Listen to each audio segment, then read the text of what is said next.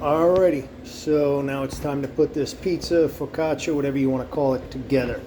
Caramelized onions we made earlier in the day. This is some of the smoked chicken that's left over from what I did on Monday for the smoked chicken ravioli.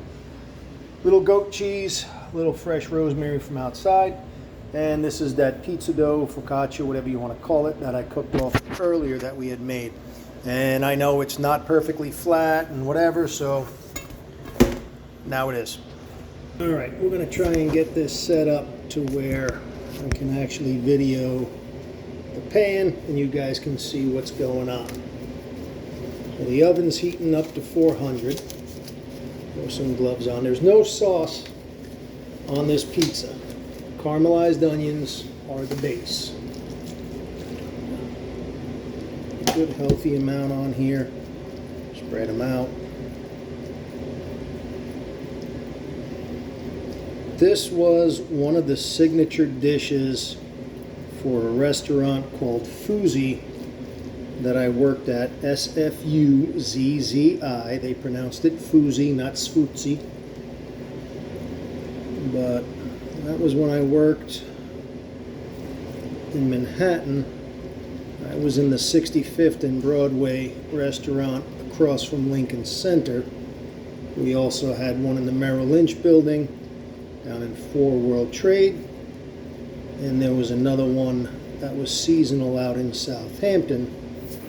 There were also 21 other restaurants around the country. So that's a nice heavy even coating. Now we're going to go with the smoked chicken. Not too crazy.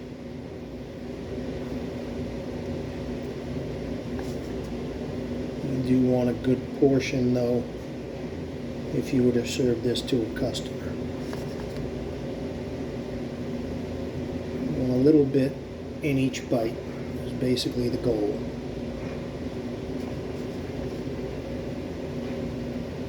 Alrighty, now we go with the goat cheese.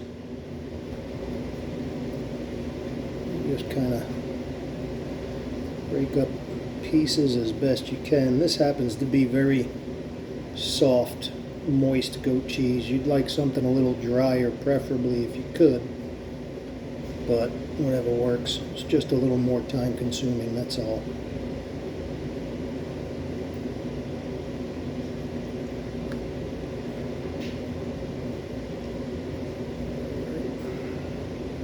And again, you want to get good coverage so you get the flavor a little bit in each bite. So this was a 6-ounce log of goat cheese and I used about half of it. Actually, we're going to take the gloves off at this point so I don't need them anymore. And we're just going to take some fresh rosemary. And you don't want to go too heavy with the rosemary because it will overpower the dish.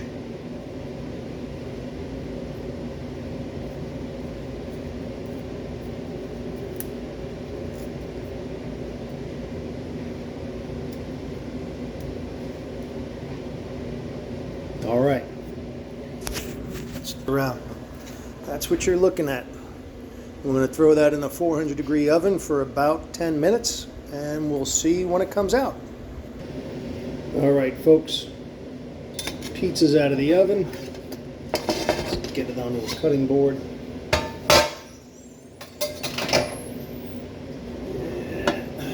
Just give it a slice.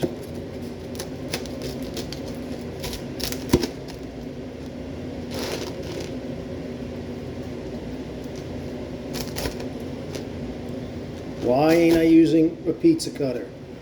Well, because it's too damn thick to use a pizza cutter on, that's why. How's that sound? Try to keep this whole as best as I can.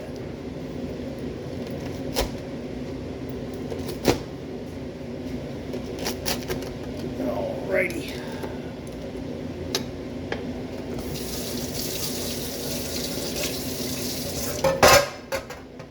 Now, two things. Let's turn this around. You don't want to look at my ugly mug. So, that's the end result. Not bad. And what did I do with the other pizza dough? Well, this. Cut it up, made a sandwich out of it. So we got some nice prosciutto di Parma, what passes as fresh mozzarella here in Arizona, some arugula and basil from the yard, some heirloom tomatoes that I picked up in the market, and I hit it with a little bit of balsamic vinegar and some of the best, I gotta show you this stuff, the best olive oil you're gonna find anywhere, hands down. Queen Creek Olive Mill, right here in Queen Creek, Arizona. Amazing stuff. So anyway, that's it for today. Hope you enjoyed the video, and I don't think I do too bad for a guy who sells real estate.